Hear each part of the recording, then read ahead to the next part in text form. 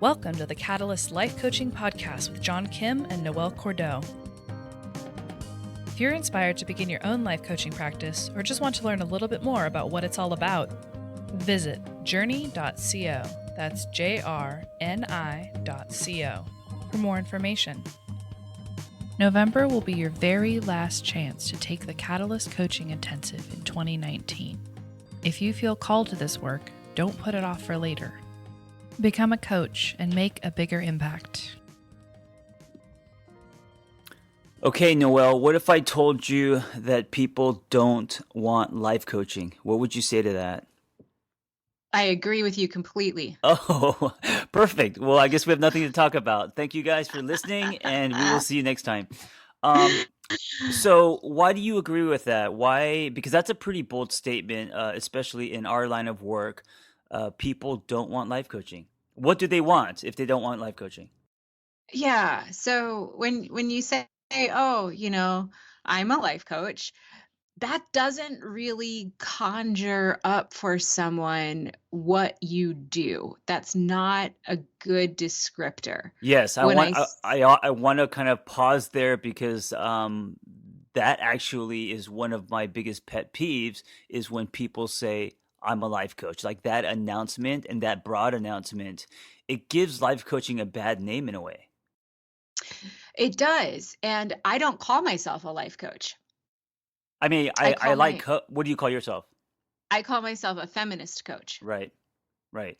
And I think, and I get it because, when I'm a guest on other people's podcasts and they ask what I'm up to, and I talk about journey coaching and life coaching, I could see the cringe on their face when I say life coach, and I think it's because of the stigma. I think when you call yourself a life coach, you're kind of indirectly saying that you have somehow mastered life, and you're going to tell you.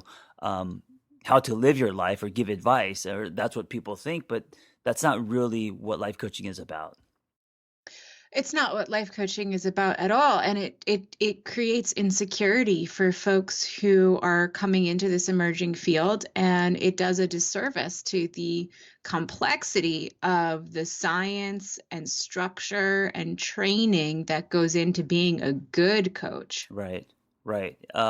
There's a difference between me saying that I am a life coach or me saying that I'm a relationship coach or a divorce recovery coach or a mindset coach or something very specific, because then you're like, okay, does this guy have cred?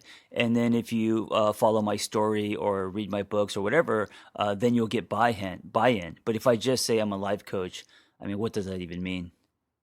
I think you hit on something really important when you were talking about the differentiation of a divorce recovery coach, a dating coach, a mindfulness coach. Those all specify a specific set of outcomes. Yeah. So the coaching is really the delivery method, but the niche and who people are, where they're at, and what they want out of life is so personal and so specific. And so, the results that you get from coaching actually becomes the marketable product. And I think this is what people want. They don't want life coaching, they want results.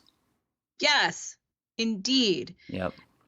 Yeah. And so as we're sitting here and we're talking about, the coaches that we train and our clients, how can we as coaches, relatively high profile coaches, you much more so than me, how can we kind of champion the field and say, all right, this is the way to do it? And I took a couple notes about how coaches can put their work out into the world and help people understand what they do. So you've spent your career producing content. How does the content that you produce relate to what people experience in session with you? Oh, I love this question. I love this question because yesterday I was just talking to a client. She had bought a package of 5. It was our last session, and my clients, don't necessarily see me every week. They see me as needed. So I was coaching her, and as we were finishing, she was very sweet. She said, "Man, I got more out of these 5 sessions than I have with my other therapist." And then she said, but it wasn't just these sessions. It's weird because my experience with you is also offline, meaning since I listen to the podcast and read your stuff, I'm getting like all these themes and topics and perspectives from you throughout the week. And then when I do a session, I get you live for an hour. And that really made me think about what we are giving people these days. And it's basically not just that in person, but if you're someone like me who's creating daily content using, videos and audio and all that, your content in itself is indirect coaching. Yes, your content is indirect coaching, and I'd hasten to say it's not indirect coaching, it's actual coaching. It's Yeah. modeling, how to live your life. And I think one thing that you do really well is embody a stance of unknowing. Like I've never heard you say, this is the way. I've heard you say, I don't know. Yeah. Right. Which is And true. and here's what I think might work. And, part of coaching is taking risks and trial and error and figuring it out along the way. So I feel like as coaches, we have a sincere responsibility to be consistent, to be helpful, and to be honest that the only way to figure things out is through trial and error. And we're all out here together trying to do this thing called life. Just because you're a life coach doesn't mean you have it all figured out, but we can sure try. Yes, and I think because people are going to be suspicious of you, just because you are technically on paper a life coach, the more honest you are, the more trust you're going to build, and then that suspicion will dissolve. Yes. And I think that trust and intimacy is the cornerstone of the coaching relationship, Oh yeah. whether it's in session or creating content to put out in the world or building communities or training coaches like we do. If there's no trust and intimacy, folks don't have the space to open up, and they don't have the space to dream about what real change could look like for them. Yes. And so if people don't want life coaches and they want results, um, how do we give them results? Meaning, I mean, yes, of course, you're going to have to take a whole course on this, but in a nutshell, how do we give our clients results instead of, uh, uh, you know, the two-dimensional cardboard cutout of a life coach? I think it starts with how we show up in the world. I Yep. really do. Yep. I think that the very first domino to fall is someone out there, waving a pirate's flag saying, "Hey, sheep, there's a different way." Hey, come check this out. I think it can be better. And that's the first moment that someone says, "Hey, I think I want to try to do something differently in my life." Yes, and And and then and also because of Google, people are they're only one search away from calling you out, from finding out who you yeah, are. Yeah, your people are searchable. Social media is really prevalent. Word of mouth is a really strong marketing mechanism. And so, if we're thinking about, okay, how do we embody the stance of unknowing? How do we embody the stance of taking risks and doing things that are outside of the box? That takes bravery. And there's a lot of different ways that you can do it. You tend to wave that flag from the perspective of being really vulnerable Mm-hmm. about your own life Mm-hmm. and creating that trust and intimacy with your audience, which I think is really, brand adherence. Um, I do it differently. I'm not good at social media. I'm totally dorky. And I like science. And so my way of kind of waving my flag around is through the science and saying, hey, this is really cool stuff Right. that anyone can learn and master to change the way they experience their brains and their bodies. And note what I said there. That's the outcome. You can change the way that you experience your brain and your body. Yeah, and it doesn't matter if your angle is documentation like me or like Noelle science. Those are, one isn't better than the other. You have to pick what feels honest to you and put your best foot forward, what you're better at, what you gravitate toward. Exactly. And, when I hear folks talk about, the hard sell with coaching, there's this really tired statement where you turn everything around on your client and or your prospective client and say, well, what will happen if you don't change? What will happen at the end of your life if you're looking back with all of these regrets? And I think that that's a little too much of a hard sell, and that the process of change and coming to trust a coach and coming to work with a coach is a lot more nuanced. Mm-hmm. And eh, you know the delivery is super important of believing in what you sell, Yeah. and showing yourself to be human and then actually being a human. Yes, I think especially if you produce content and you want to use social media, you actually sell yourself by example, by living a certain way. And also the beauty of that is if you struggle with imposter syndrome, if you get really honest and you show yourself and you kind of document and you live the way that you believe, and I'm not saying that's easy, but it's at least if you're trying. Um, then you don't feel like an imposter. It's not easy at all to live the way you believe. Oh, of It's course not. really, really, really hard. And for everybody listening, John and I are sitting here after 7 or 8 years of working together, ups, Yeah. downs, backwards, across, still trying to figure it out as humans, and saying, how does this work? Like, how do we show up in the world? And, you know, at the end of the day, it really comes down to trying, just trying to show up as a bright spot, Right. trying to make Right. somebody else laugh, trying to make somebody else smile. And everyone has the capacity to do that. Yeah, I think the trying is courageous, and not only the first time, but if you decide that you're going to try every day, that persistence, that consistency, is actually the you showing yourself. So it's really not about um, the scoreboard or what you've done or putting a highlight over achievements. I think it's about actually getting up every morning and trying to be the best version of yourself, the kind of person that you're trying to help other people become. And it's not about being that person; it's about just trying, making that effort. Yes. Yes. Yes, I've had a really interesting phenomenon occur kind of recently for me, and I'm wondering if you've had a similar experience. It has to do with kind of letting go. And, if we think about what gets in the way for people really approaching self-actualization, which is the goal of coaching, to help people approach their ideal life, um, what gets in the way is shoulds and overthinking and relationships with yourself, relationships with the people in your private life, relationships with the public, relationships with your work. And sometimes you feel like a specimen, Um, and I got to a point where I realized that I could rely on the act of trying. If Mm, I show up and try with a full heart and honest intent to put good stuff out into the world and to really help my clients and my coworkers and my family and my friends, and the list goes on and on and on, that's the best I can do. yeah, and that's enough, right? And it feels freeing to Right. say I gave it my all.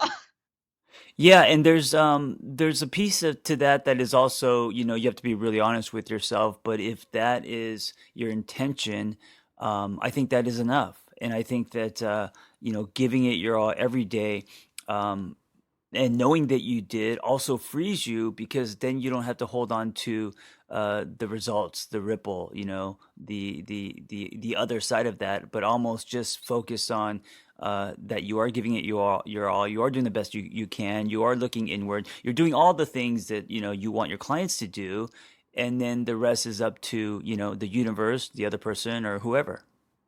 Yeah, it's true. And so, let's break this down a little bit, just in terms of what this means for client delivery, because what we're talking about is, yeah, it's really broad, but it's also so deeply personal in a coach and client relationship. So when John creates content, all of his clients and followers have that built-in trust and intimacy to fall back on. So you don't really need to do like a free half-hour get to know you session with your clients, because people already know you. They already know what they're signing up for. They already know what they can expect and what they'll experience. And then it sounds like the bookends of that experience are continuing to engage with your content. Right. Yes, That, you I mean, you are already you're indirectly giving them your resume on so many levels. So by the time that they book a session with you, I mean they have no questions because they know how you work and who you are. exactly. And that's a really gorgeous process for folks to kind of tap into and to understand that, oh, my consistent content will continue to coach my clients when I'm not. Right. And then for me, I do it very differently. I do a free 30-minute session when someone wants to work with me. Mm-hmm. And in that time, I'm really evaluative, and I try to figure out, can I actually help this person?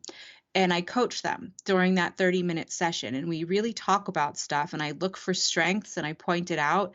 And one of the big things that I check in on that first call is with the client, how are you feeling? Like, do you feel like you like me? Do you feel like you can open up to me? What's your comfort level with me? Mm-hmm. And that question always surprises people, because it's not something that we typically think about when you meet someone for the first time, or the second time. What is my comfort level with this person? And from a practitioner perspective, one of the things that I'm very skilled in is building trust and intimacy very quickly. That's a coaching competency. It's something that I've had to learn and really practice over the years. So that check in with the client of, are you comfortable with me? Really gets somebody thinking, yeah, I actually am. Yeah, I could do this Mm-hmm. work. Yeah, Mm-hmm. this feels good to me. And so from there we build. You're also proving in that 30-minute consultation um, that there can be results, that there can be hope, that you're giving them an experience, not just what's going to happen, but you're actually showing them what is happening. Oh yeah. And Yeah. a lot of people take me up on those 30-minute sessions and then never book with me, and that's okay. Right. I feel good about that. I feel that they know my work, they got something out of it, and they may circle back around one day, and hey, that's awesome. Yeah. Yeah, I love that. And I think that what we're talking about, even though they can be subtle, they're really big pieces to life coaching, because a lot of people just think, you take a training course, you hang your shingle on the door, then you start writing blogs or whatever it is, or going to seminars, or telling people about your services. And I think that's kind of an old model. I think it's very like color by numbers. And I think today you could do it more organically and authentically, instead of this idea of trying to sell yourself as a coach. Going back to what you were saying, living a certain way, documenting, or in your case, focusing on science. And then even like 30-minute consultations where you're giving them an experience, right? All of that, I think it's exponentially so much more powerful than, this like color by numbers guide on how to become a life coach. I love that. The colors by numbers Yeah. guide. It's so true. And like, just kind of sitting here, I was thinking about how much I've changed in the way that I describe what I do. So, like right now, at this exact point in time, if you asked me what I do, I'd say I'm a feminist coach. Mm-hmm. I work primarily in the arena of binge eating disorder recovery, and I also work with really high level folks on the experience of the colonized mind and interrupting flow states. Right. That's kind of weird, right? Well, it's weird, but it instantly piques my interest. So Mhm. now I'm like, oh wow, so that's what she does. If you just said you were a life coach, I would be like, okay, whatever. Yeah, Yeah, and even as I say that, hopefully it's stimulating the conversation around, well, what is the colonized mind? What is a flow state? How yeah, does it get in the way? right, What can right. I do? What could I become? It also lines up with kind of how you think and who you are, because when you coach someone, you usually back it with science, right? Yes. And I think that's a gift. I think that's what makes you valuable. I don't have that, so I have to make up for it in other ways. But people know going in that's the Noelle experience, and people know going in that they're gonna meet me at a coffee shop, and I'm gonna have helmet hair, and we're gonna chat and laugh first, and then we're going to get to the problem. And so it's going to be very different with me, and it's going to be very different with you. But I think that's the beauty of coaching. And I also love that as business partners that we are different, because if we were the same, our whole company would be, two-dimensional. And so the diversity in all the coaches and also everyone being unique, that's what's going to separate each coach and turn us into snowflakes instead of snowballs. Oh, yeah. And that's what I think is reflected in our organization. Looking at the 600 coaches that are part of our collective. My God, how cool is everyone and how different? Yeah, yeah, it's really been amazing just to kind of get to know, all the students every time I teach, and it's we are definitely not a color by numbers company, and I think that's one of my favorite and also most proud things about our company. Yeah. And Lindsay Hawken, who teaches branding for us, she said it. We were just chatting one day, and she said, Noelle, I can go off in the world and work on oceans and plastics because I know that you are, you know, cornering the market in the feminist sphere. And that was a really great example to me of how this stuff works. I know that John is out there mending broken hearts, talking about relationships, talking about masculinity. And that's fantastic. I can't do that work. You are. And Mhm. we can stand next to each other and say, okay, we're using the same delivery method of coaching, but the marketable product are remarkably different outcomes. Yes. Guys, whether you want to be a life coach or you already are, remember, people don't want life coaches. They want results. They want your story. They want to know who you are. They want so many other things than just a life coach. Awesome. Have a great day. All right, guys, be well.